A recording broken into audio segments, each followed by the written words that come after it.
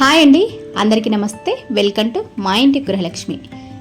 ఇవేంటి డబ్బాలు అనుకుంటున్నారా? ఇవి మినపప్పడాలండి. ఇంట్లోనే తయారు చేసుకున్నాను నేను. మనం బయట మార్కెట్లో కూడా మసాలా పాపడ్స్ అని కొనుక్కొచ్చుకుంటుంటాం కదా, అలా కొనుక్కొచ్చుకునే పని లేకుండా ఇంట్లోనే ఈజీగా సులభంగా అయితే తయారు చేసుకోవచ్చు. అయితే ఇవి ఒక 2-3 నెలల వరకు స్టోర్ చేసుకుంటానండి. అంతకంటే ఎక్కువ స్టోర్ చేసుకోను నేను. ఎందుకంటే ఇందులో కొద్దిగా ఆయిల్ వేస్తాం కదా, మళ్ళీ కొన్ని చాలా రోజులు ఉంటే స్మెల్ వస్తాయి. ఎప్పటికప్పుడు ఇవి నెల అయినా ఈజీగా తయారు చేసుకోవచ్చు అండి. ఒక గంట కష్టపడితే మనకి నెలంతా సరిపోయన్ని వస్తాయి. నేనైతే ఈ డబ్బా నిండా తయారు చేసి పెట్టుకున్నాను. ఇవ్వండి, ఒక పెద్ద గ్లాసులు మినపగుళ్ళు అయితే తీసుకున్నాను. మినపగుళ్ళు కూడా మనం ఎండలో ఒక 2 గంటలు ఎండ పెడితే కనుక మనకి పొడి చేసుకోవడానికి కూడా బాగా ఈజీగా వస్తుంది.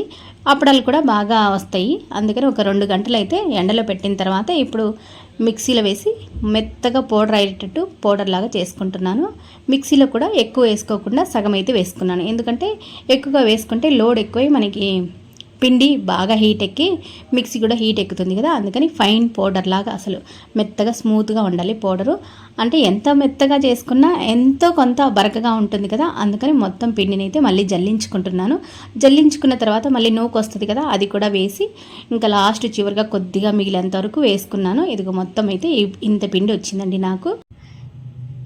ఇప్పుడు ఈ పిండిలోకి ఒక స్పూన్ వామ్ అయితే వేస్తున్నానండి. వామ్ అయినా వేసుకోవచ్చు, జీలకర్ర అయినా వేసుకోవచ్చు, మిరియాలైనా వేసుకోవచ్చు. మిరియాలు, నువ్వులు, మిరియాలు, వాము ఈ ఫ్లేవర్ అయినా చేసుకోవచ్చు. లేదు అంటే ప్లెయిన్గా సాల్ట్ ఒకటైనా వేసుకొని చేసుకోవచ్చు. తర్వాత అయితే ఒక స్పూన్ సాల్ట్ వేస్తున్నాను. ఒక 1/2 టీ స్పూను సోలా పొడి అయితే వేస్తున్నాను. సోలా పొడి ఇంకొంచెం ఎక్కువైనా వేసుకోవచ్చు. మొత్తం ఇవన్నీ వేసిన తర్వాత పిండిని ఒకసారి కలిపేసి కొంచెం కొంచెం వాటర్ వేసుకుంటూ మెత్తగా అయితే మనం చపాతీ పిండి కలుపుకుంటాం కదా, అలా అయితే కలుపుకోవాలి. చపాతీ పిండి కంటే కొంచెం గట్టిగా కలుపుకోవాలి. మెత్తగా అంతా కలిపి చాలా అంటే చాలా గట్టిగా ఉంటుందండి కలిపేటప్పుడు. మినప్పిండి కదా, మనం నీళ్ళు వేస్తూ ఉంటే అలా ఆరిపోతూ ఉంటాయి. చాలాసేపు కలుపుకోవాలి. ఒక 10-15 నిమిషాలు కలిపిన తర్వాత మెత్తగా అయిన తర్వాత నేనైతే అంతా ఒకేసారి కలపలేక 3 భాగాలు చేసుకొని కొద్ది కొద్దిగా పిండిని అయితే స్మూత్గా అయ్యేలాగా ఇలా చేతితో కూడా సాదుకోవాలి. అప్పుడే మనకి పిండి అనేది మెత్తగా వస్తుంది. లేదు అంటే గట్టిపడిపోతుంది, మనం అప్పడాలు చేయడానికి రాదు.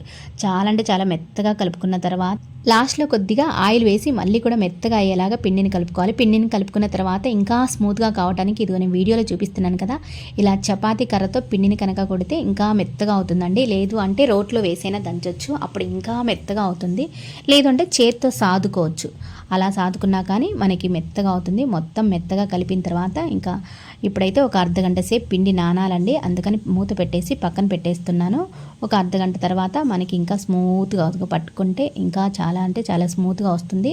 నేనైతే తడి బట్టని కప్పానండి, అదైతే వీడియోలో మిస్ అయింది. తడి బట్టని కప్పి ఉంచితే ఇంకా మనకి మెత్తగా ఉంటుంది.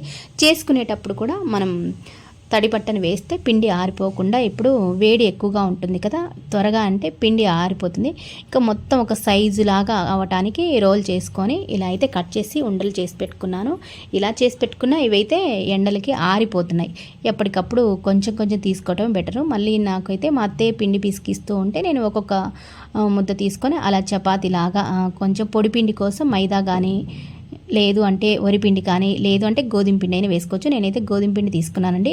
ఒక ఉండని తీసుకొని మనం చపాతీకి రుద్దుకుంటాం కదా, చపాతీలాగా అలా అసలు చాలా అంటే చాలా పతలాగా అయ్యేలాగా మనం రోల్ చేసుకోవాలి. చాలా పతలాగా రోల్ చేసుకున్న తర్వాత ఇలా ఏదైనా మూత ఉంటుంది కదా, ఈ మూత అంచులకి కొంచెం ఆయిల్ రాసేసి మనం ఒకే సైజులో రావాలి అప్పడాలనుకున్నప్పుడు అంచులకి కొంచెం ఆయిల్ రాసేసి ఇలా ప్రెస్ చేస్తే ఒకే సైజు వస్తాయండి. ఆ ఎడ్జిల్కి ఉంటుంది కదా, ఎడ్జిల్దంతా తీసేసి మళ్ళీ కూడా అదంతా పిండి మొత్తం మళ్ళీ స్మూత్గా అయ్యేలాగా కొంచెం చేతికి తడి కలుపుకొని, లేదు అంటే కొంచెం ఆయిల్ కలుపుకొని మళ్ళీ అదంతా కూడా కలిపితే అప్పడాలు చేసుకోవడానికి వస్తుంది. అన్నీ కూడా ఒకే సైజులో వస్తాయి. కొంచెం నేను పొడిపిండి తక్కువ వేశాను, అందుకని అతుక్కుపోతే చాకుతో అలా అంటున్నానండి. పొడిపిండి నేనైతే చాలా తక్కువ వేసి చేశాను. మళ్ళీ ఎక్కువగా ఉన్నా మనకి ఆయిల్లో వేయించుకున్నప్పుడు అంత ఆయిల్ నల్లగా అవుతుంది కదా, అందుకని చాలా అంటే చాలా తక్కువగా వేస్ట్ చేస్తున్నాను. ఇంకా లేదు అంటే ఆయిల్ వేసైనా కొంచెం వేసి అలా చేసుకోవచ్చు. ఇదిగోండి ఇంకోటి కూడా చేశాను.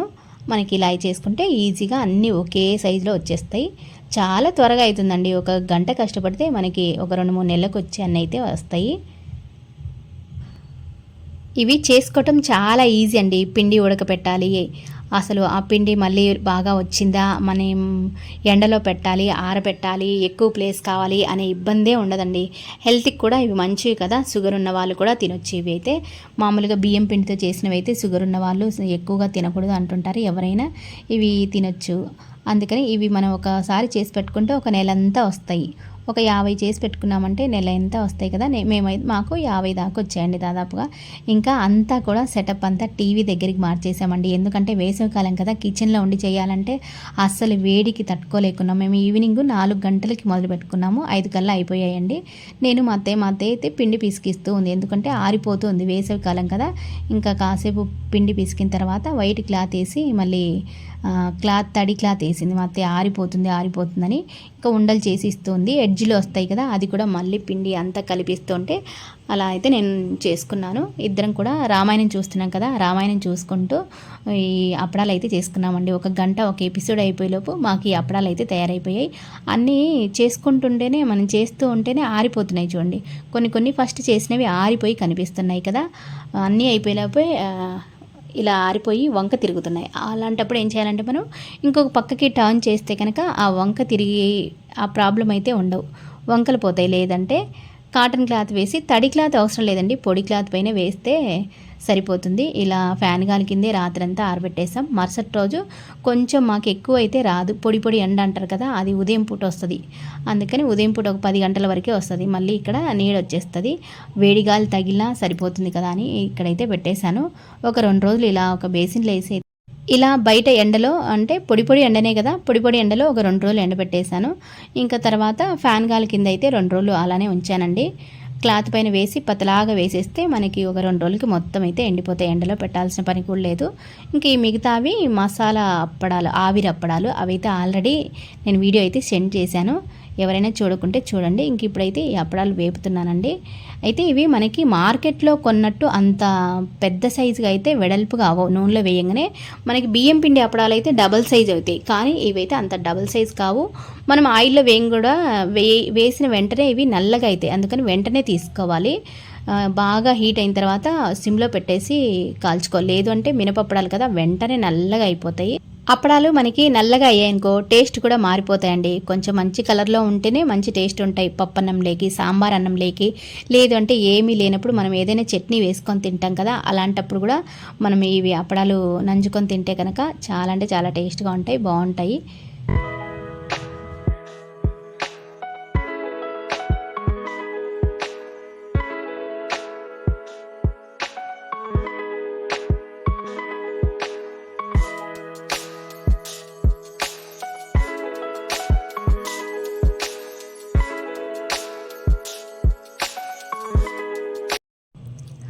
అప్పడాలు రోజు కొద్దిగా చేసుకుంటున్నానండి. అంటే కొన్ని మినపప్పడాలు, కొన్ని ఆవిరప్పడాలు, కొన్ని సగ్గుబియ్యం అప్పడాలు, కొన్ని అటుకులతోటి వడాలు అలా అయితే పెట్టుకున్నాను. రోజు కొద్దిగా పెట్టుకుంటున్నాను, ఎందుకంటే మాకు ఎక్కువ ప్లేస్ లేదు, ఎక్కువగా ఎండ రాదు. ఎండ పని లేని ఇవే చేసుకుంటాను, అంటే ఎండతో అవసరం లేని అప్పడాలు వడాలు అయితే పెట్టుకుంటున్నాను. సగ్గుబియ్యము, ఈ మినపప్పడాలకి ఆవిరప్పడాలకి ఎండ అవసరం లేదు కదా, అలాంటివే పెట్టుకుంటున్నాను. ఇంకా కొన్ని సగ్గుబియ్యము అప్పడాలు అయితే చేసుకున్నాను, కొన్ని అటుకులతోటి కొన్ని వడాలు పెట్టుకున్నాను. అది కూడా ఉన్న ప్లేస్లో కొద్దిగా కదా, ఆ కొద్ది ప్లేస్లోనే కొన్ని పెట్టుకున్నాను. ఇవిగండి అప్పడాలు అయితే క్రంచీగా కరకరలాడుతూ మంచిగా అయితే వచ్చాయండి. పప్పన్నం లేక తింటుంటే చాలా అంటే చాలా బాగున్నాయి టేస్ట్. మీరు కూడా వీలైతే ట్రై చేయండి. ఇంక ఈ వీడియోని ఇంతటితో అయితే ముగిస్తున్నానండి.